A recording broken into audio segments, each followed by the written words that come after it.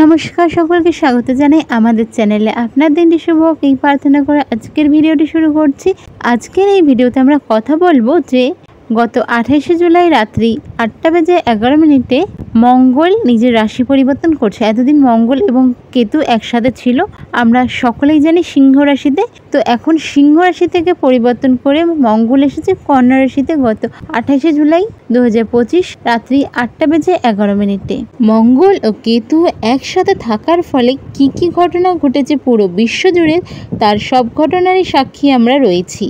তবে মঙ্গলের রাশি পরিবর্তনের ফলে মঙ্গল এখন যেহেতু কন্যা রাশিতে গোচর করছে এবং শনির সঙ্গে পরস্পর মুখোমুখি সম্পর্কে অর্থাৎ সমসপ্তম সম্পর্কে বা ত্রিকোণ কানেকশনে রয়েছে, যা কিন্তু খুব যে একটা ভালো তা নয়। এটা কিন্তু ভীষণ রকম সাংঘাতিক কিছু দুর্ঘটনার কারণ হতে পারে। কিছু কিছু জাতক জাতিকাদের ক্ষেত্রে যাদের বার্থ চার্টে সার্জারির যোগ রয়েছে তাদের সার্জারি পর্যন্ত হতে পারে।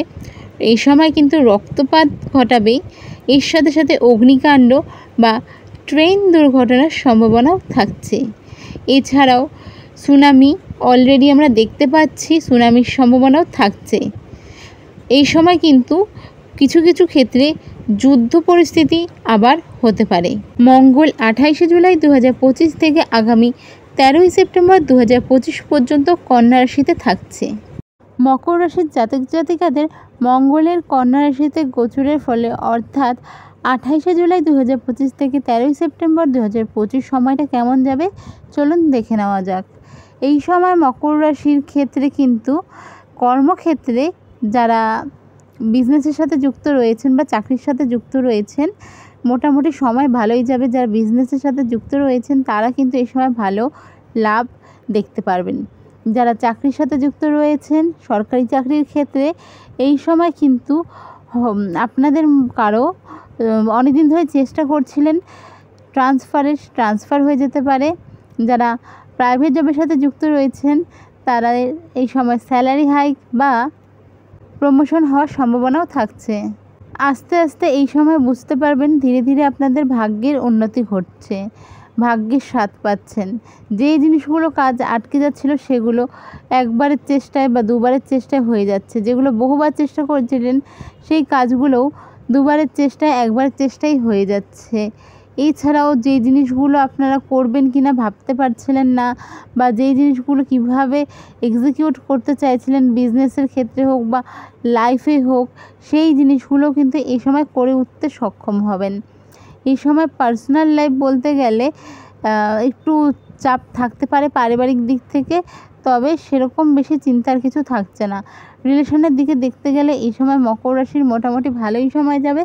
তবে দাম্পত্য সম্পর্কে ছোটোখাটো অশান্তি হতে পারে, যা কথা বলে মিটিয়ে নিতে পারবেন। তবে তৃতীয় ব্যক্তির ফলে কিন্তু অশান্তি বাড়তে পারে, তাই চেষ্টা করবেন নিজেদের সম্পর্কে নিজেদের অশান্তিগুলোকে নিজেদের মধ্যেই ঠিক করে নেওয়ার। বহুদিনের কোনো ইচ্ছা যেটা অনেক দিন ধরে পূরণ হচ্ছিল না, চেষ্টা করছিলেন, এরকম কোনো ইচ্ছা এই সময় পূরণ হতে পারে।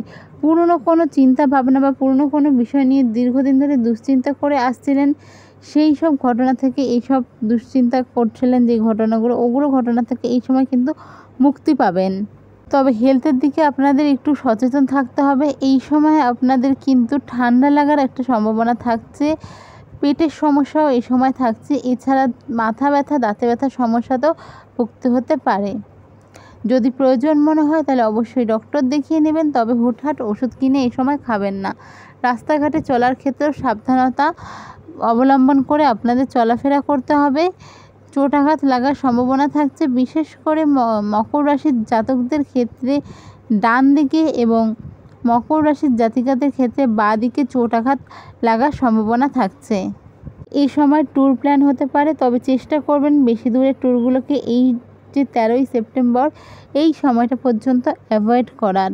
এই সময় আরও কয়েকটা জিনিস থেকে একটু সচেতন থাকতে হবে, সেটা হলো যে কোনো ইলেকট্রনিক জিনিস থেকে, বজ্রপাত থেকে বা আগুন থেকে একটু দূরত্ব বজায় রাখবেন। হুটহাট করে কোনো ডিসিশন এই সময় নেবেন না। এই সময় আপনারা রেমেডি কী করবেন? এই সময় প্রতি শনিবার আপনারা শনি মন্দিরে সর্ষের তেলের প্রদীপ জ্বালবেন এবং তাতে কিছু বা এক চিমটে কালো তিল দিয়ে অবশ্যই প্রদীপটা জ্বলবেন শনিদেবের উদ্দেশ্যে। এছাড়াও এই সময় আপনারা যেটা করবেন সেটা হলো প্রতিদিন হনুমান চালিসা পড়ে দিন শুরু করুন। যাদের জন্মছকে চোট আঘাত বা দুর্ঘটনার সম্ভাবনা রয়েছে তারা এই সময় কিন্তু মহামৃত্যুঞ্জয় মন্ত্রের জপ করতে পারেন।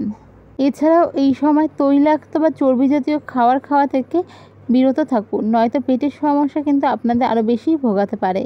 মকর রাশির জাতক জাতিকারা যদি কোনো বিষয়ে বুঝতে অসুবিধা হয় বা কোনো বিষয়ে কোনো কিছু নিয়ে জিজ্ঞাসা থাকে তাহলে কমেন্ট সেকশনে কমেন্টের মাধ্যমে আপনারা তা জানতে চাইতে পারেন।